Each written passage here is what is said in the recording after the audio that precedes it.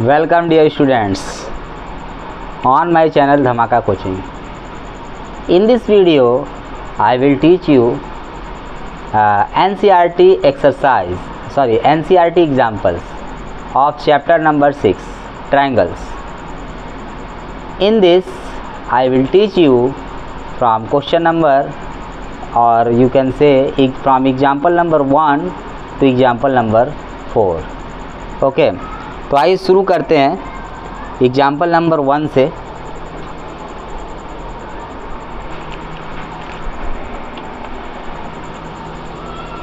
देखिए एग्जाम्पल 1 है, if a line intersects sides AB and AC of a triangle ABC at D and E respectively, D और E जो है आपका points है, and is parallel to BC, prove that AD upon AB equal AE upon AC। हमें ये prove करना है, ठीक है। तो हमारे पास हम कह सकते हैं कि ये मेरे पास एक ट्रायंगल है ना, उसने बोला भी था ट्रायंगल ABC लीजिए, और इस ट्रायंगल में DE जो है एक लाइन है जो पैरेलल BC के, और हमें प्रूफ करना है ये। तो हम लोग जानते हैं, we know about Thales theorem. What is Thales theorem?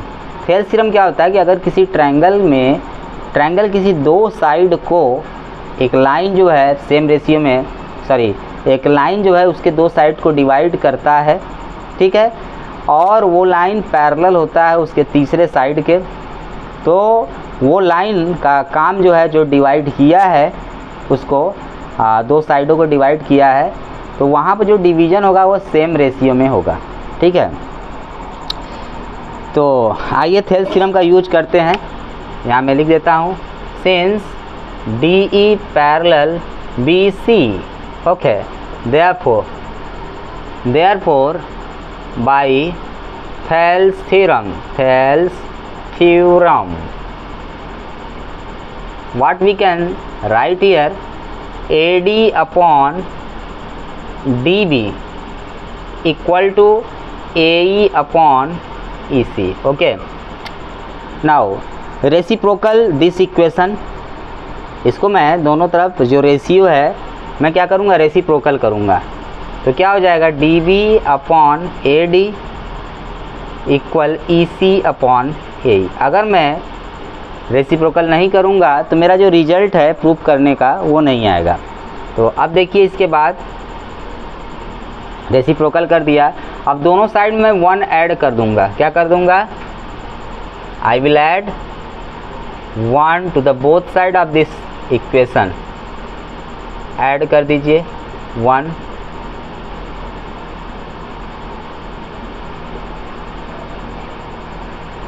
LCM ले लीजिए दोनों तरफ, मतलब इधर एलसीएम लीजिए, इसके नीचे 1 कर सकते हैं, या इसको डायरेक्ट सॉल्व करिए। अब सॉल्व करेंगे तो यहाँ हो जाएगा DB plus AD upon AD equal EC plus AE upon AE। इसका इसमें मल्टीप्लाई प्लस उसमें कर देंगे। DB और AD को ऐड करिए, देखिए कितना आता है। DB और AD को ऐड करेंगे पूरा तो AB हो जाएगा, it will become AB upon AD। EC और AE को ऐड करिए, EC और AE को ऐड करिए, ये हो जाएगा आपका AC, ठीक है। अब इसका रेसिप्रोकल कर दीजिए फिर, तो आपका रिजल्ट आपके हाथों में होगा, ठीक है। रेसिप्रोकल करिए, AD upon AB equal AE upon AC। वाह, देखिए आपका रिजल्ट आ गया, ठीक है। बहुत ही सिंपल ये एग्जाम्पल था चैप्टर 6 का।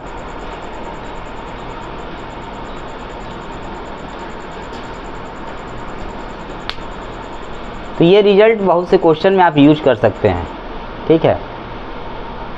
इस जो यहाँ पर एग्जाम्पल है, इसको एक फार्मूला के तहत आप बहुत से क्वेश्चन में इसका यूज कर सकते हैं। इस चैप्टर में क्वेश्चन आएंगे इससे related. Look question number 2, your question number second और you can say example number second is ABCD is a trapezium with AB parallel DC. E and F are points on non-parallel sides AD and BC respectively such that EF is parallel to AB. See figure.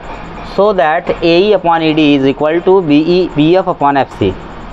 तो देखिए ये figure, इस figure के बारे में इसने बताया है कि ABCD एक ट्रेपेजियम है, AB पैरेलल है DC के, और AB और EF जो पैरेलल है वो AB के भी मतलब EF जो है AB के पैरेलल है। तो हमें प्रूफ क्या करना है कि AE upon ED equal BF upon FC लिखना है। तो मैंने गिवन में जो था वो लिख दिया और प्रूफ करने वाला we have to show that इतना लिख दिया।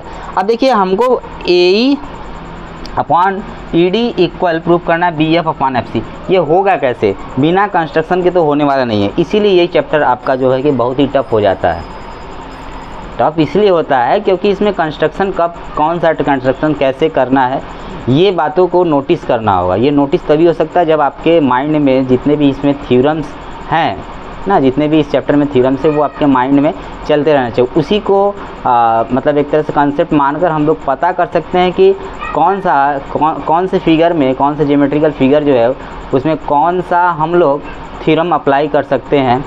ठीक है, और वो थ्योरम अप्लाई कैसे कर सकते हैं, अगर कंस्ट्रक्शन का भी ज़रूरत होगा तो कंस्ट्रक्शन हम लोग करके उस फिगर में कुछ कंस्ट्रक्शन करके तब हम उस थ्योरम का यूज कर सकते हैं। डायरेक्ट उस थ्योरम का यूज किसी फिगर में नहीं होगा, जैसे ये आपका एग्जांपल है। ठीक है, तो मैंने क्या किया, कंस्ट्रक्शन किया, थेल्स थ्योरम इसमें अप्लाई करूँगा। कंस्ट्रक्शन क्या किया कि मैंने AC को ज्वाइन करा दिया और इंटरसेक्ट कर रहा जो EF को एक पॉइंट G पर। तो अब यहाँ देखिए कि आपका जो है EF पैरेलल है AB के ना, तो यहाँ मैं लिखूँगा since EF parallel AB, therefore EF आपका जो है पैरेलल है AB के। इसका मतलब जब EF पैरेलल है तो उसका EF का छोटा पार्ट भी क्या होगा, पैरेलल होगा। ठीक है, EF भी पैरेलल होगा। जैसे अगर मान लीजिए बहुत से तेज़ बच्चे हैं तो उसमें से मतलब 50 अगर तेज़ स्टूडेंट्स हैं, मतलब दे आर इंटेलिजेंट, तो उनमें से अगर हम लोग एक स्टूडेंट को भी निकालें तो उसको भी तेज ही बोला जाएगा। तो वहाँ ये चीज़ भी है ये कि EF पूरा इससे पैरेलल है, तो EF का जो पार्ट होगा वो भी क्या होगा, पैरेलल होगा। तो यहाँ मैं लिख सकता हूँ therefore EG parallel to AB। ठीक है, तो जब EG आपका पैरेलल हो गया किसके, AB के, तो यहाँ पर हम थेल्स थ्योरम लगा सकते हैं। ठीक है, लेकिन अभी थेल्स थ्योरम लगाना उचित नहीं है क्योंकि देखिए EG पैरेलल है AB के। अब देखिए यहाँ पर थेल्स थ्योरम नहीं लग पाएगा क्योंकि EG पैरेलल AB के, यहाँ पर ऐसे कोई तो ये अगर लाइन इससे मिला होता तो एक ट्रायंगल क्रिएट हो जाता, तब हम लोग थेल्स थ्योरम अप्लाई कर सकते हैं। खैर कोई बात नहीं, EG आपका पैरेलल हो गया है AB के, तो यहाँ मैं लिखूँगा बट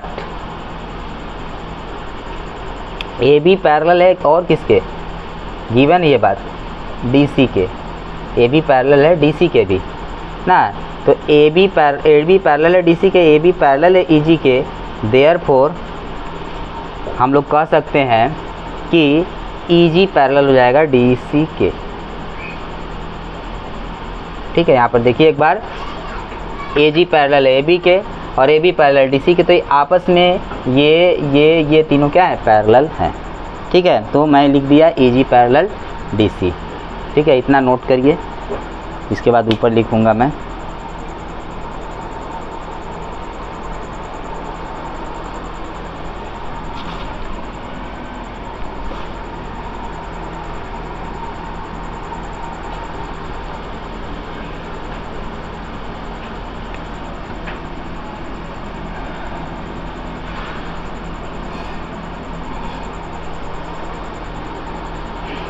तो अब यहाँ लिखता हूँ since EG parallel DC, therefore apply कर दीजिए इस ट्रायंगल ADC में Thales theorem. Therefore by Thales theorem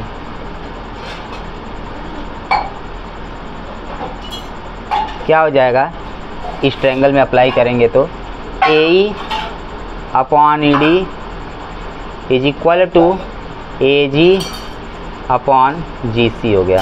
ठीक है, अच्छा इक्वेशन नंबर ये आप सपोज कर लीजिए 1।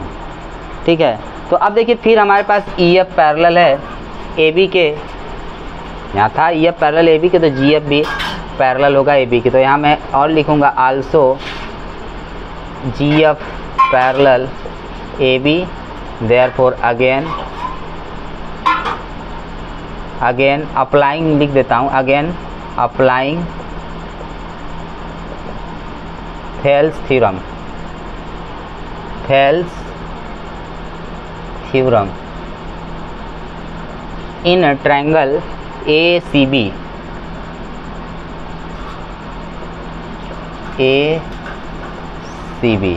इस ट्रायंगल ACB में अप्लाई कर दीजिए थेल्स थ्योरम। तो क्या हो जाएगा, GF आपका पैरेलल AB के, तो यहाँ मैं लिख सकता हूँ CG या GC भी लिख सकता हूँ, GC कर देता हूँ, GC अपॉन AG या GA, ठीक है, GC अपॉन GA, और यहाँ हो जाएगा CF, ठीक है, CG इसको लिखिए, बाद में इसको कर देता हूँ मैं सही, CG अपॉन GA हो गया और CF अपॉन FB हो गया, इक्वेशन नंबर 2, ठीक है। तो देखिए इक्वेशन 1 से कुछ हो सकता है क्या, इसका रेसिप्रोकल कर दीजिए तब कुछ काम आ जाएगा, रेसिप्रोकल कर दीजिए इसे दोनों तरफ, GA upon CG equal to FB upon CF, equation number 2 कर दीजिए। तो अब यहाँ पर देख सकते हैं GO को, यहाँ AG है तो इसको GA को AG भी लिख सकता हूँ मैं, कोई दिक्कत नहीं है, ठीक है। अब देखिए AG अपॉन GC इसके इक्वल है AE अपॉन ED के, और AG अपॉन CG इक्वल है FB अपॉन CF के। तो मैं यहाँ पर लिख सकता हूँ from equation 1 and 2, from equations 1 and 2 क्या हो जाएगा, ये इसके इक्वल है, ये इसके इक्वल है, तो ये और ये आपस में क्या हो जाएंगे, इक्वल हो जाएंगे। तो यहाँ मैं लिख सकता हूँ AE अपॉन ED ना इक्वल BF, FB को BF लिख सकते हैं, BF अपॉन FC, ठीक, ये आपका प्रूफ हो गया। ये भी हेंस प्रूफ लास्ट में आप चाहे तो लिख सकते हैं।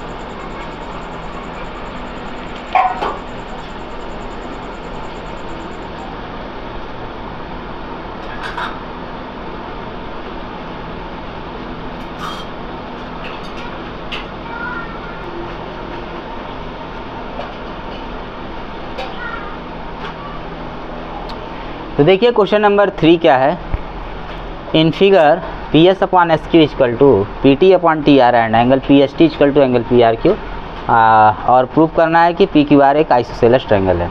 तो देखिए फिगर में PS अपॉन SQ इक्वल है PT अपॉन TR के, और ये एंगल इस एंगल के इक्वल है। तो ध्यान दीजिए, तो मैंने क्या किया सॉल्यूशन में, जो गिवन था उसको लिया, प्रूफ करने वाला का है एंगल PQR एक आइसोसेलेस ट्रायंगल है, तो जिसमें दो साइड इक्वल होंगे PQ और PR। मैंने कह दिया कि PQ और PR आपका इक्वल होंगे, ठीक है। QR और PR इक्वल होने की संभावना नहीं है, ठीक है, QR और PR इक्वल नहीं हो सकते हैं, ठीक है। तो PQ upon PQ equal PR को ही मैं इक्वल करूँगा, यही दो साइड इक्वल हो सकते हैं, क्योंकि इन सब डेटा से PQ इक्वल PR ही इक्वल आएगा। अच्छा, अब देखिए जो है, तो यहाँ पे देखिए ये अपॉन ये अपॉन ये ना, ये रेशियो जो है सेम है, तो थेल्स का कन्वर्स थ्योरम लगेगा, कन्वर्स ऑफ थेल्स थ्योरम। तो यहाँ पे मैं लिखूँगा since PS upon SQ equal PT upon TR, therefore by converse of Thales theorem. Thales theorem convert से क्या होगा कि आपका ST पैरेलल हो जाएगा किसके, ST पैरेलल होगा QR के, हाँ, ST पैरेलल हो गया QR के। अच्छा बढ़िया है, इतना हो गया। अब देखिए हमारे पास ये PST इक्वल है PRQ के। अच्छा, ये पैरेलल है, तो हम लोग जानते हैं कि जब दो लाइन पैरेलल हो तो वहाँ पर एक ट्रांसवर्सल दोनों लाइन को इंटरसेक्ट करता है दो डिफरेंट पॉइंट पर, तो वहाँ पर बहुत से एंगल्स बनते हैं, corresponding angle alternate interior angle, alternate exterior angles, को इंटीरियर एंगल, बहुत से एंगल्स बनते हैं बहुत टाइप के, ठीक है। बहुत टाइप के मतलब बहुत से टाइप के एंगल्स के पेयर बनते हैं, पेयर ऑफ एंगल्स कर सकते हैं। तो ये एंगल इस एंगल के इक्वल है। अच्छा, अब मेरे पास एस टी पैरेलल आया है क्यू आर के, ठीक है, ये और इसके पैरेलल, तो ये भी ट्रांसवर्सल हो गया इन दोनों लाइन के लिए, और ये भी ट्रांसवर्सल हो गया इन दोनों पैरेलल लाइन के लिए। तो देखिए जब ये और ये ट्रांसवर्सल है तो क्या हुआ कि angle therefore by corresponding angles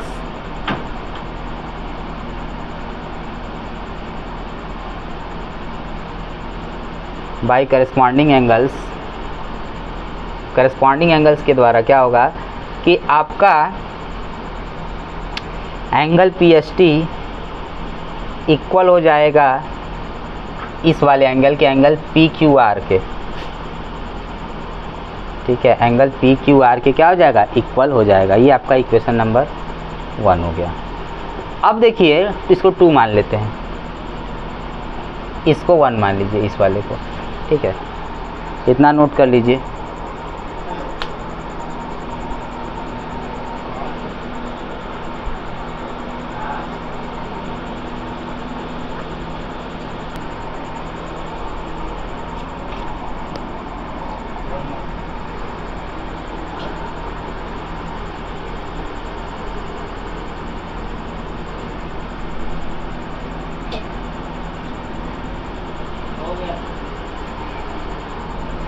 तो अब देखिए जो है फ्रॉम इक्वेशन 1 एंड 2, यहाँ मैं लिखूँगा फ्रॉम इक्वेशंस 1 एंड 2, इन दोनों इक्वेशन में देख सकते हैं आप लोग angle P S T angle P R Q के इक्वल है ना पहले इक्वेशन में, और angle P S T angle P Q are के इक्वल है। तो दोनों इक्वेशन में एल एच एस सेम है तो आर एच एस भी क्या होगा, सेम होगा। तो यहाँ मैं लिख दूँगा कि angle P R Q equal angle P Q are, ठीक है। एंगल पी आर क्यू आपका ये है और एंगल पी क्यू आर आपका ये है।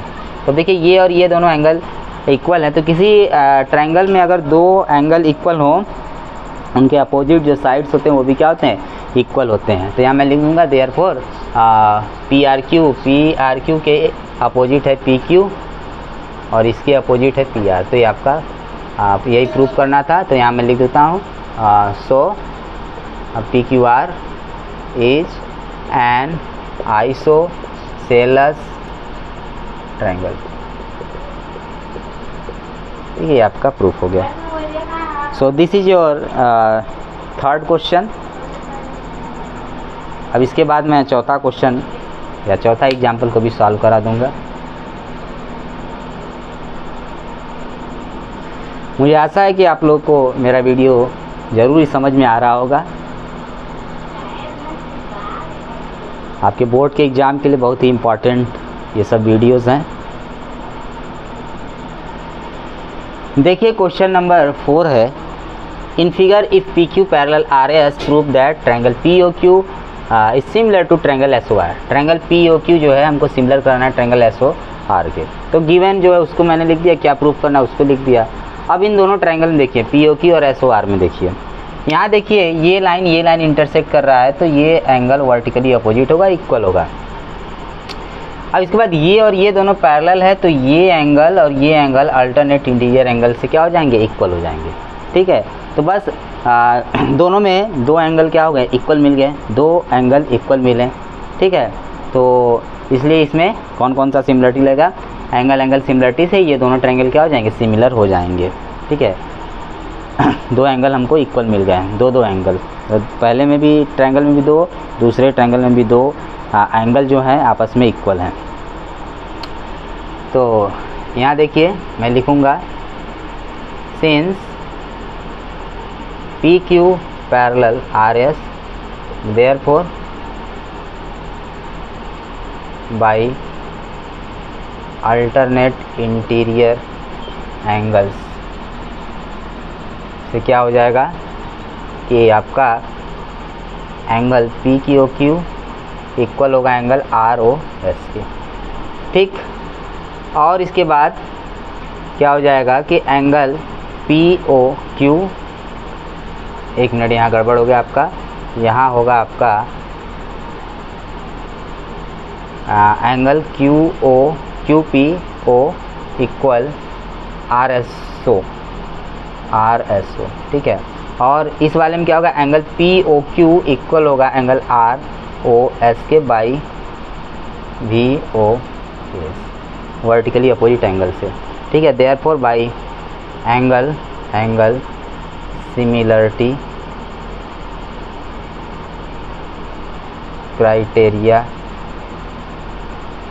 से क्या हो जाएगा, ट्रायंगल पी ओ क्यू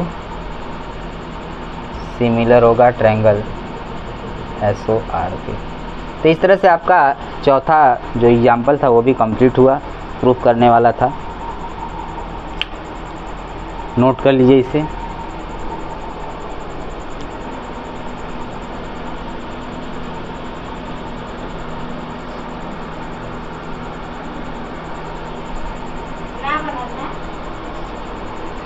तो इसी क्वेश्चन के साथ हम लोग फिर मिलते हैं नेक्स्ट वीडियो में। तो जाने से पहले एक बात कहना चाहता हूँ आपसे कि मेरे चैनल को सब्सक्राइब अगर नहीं किए हैं तो सब्सक्राइब अवश्य करिए, ठीक है। और वीडियो को लाइक करिए, ज़्यादा से ज़्यादा हो सके इस वीडियो को शेयर करिए, ठीक। फिर मिलते हैं नए वीडियो में। Thank you for watching my video.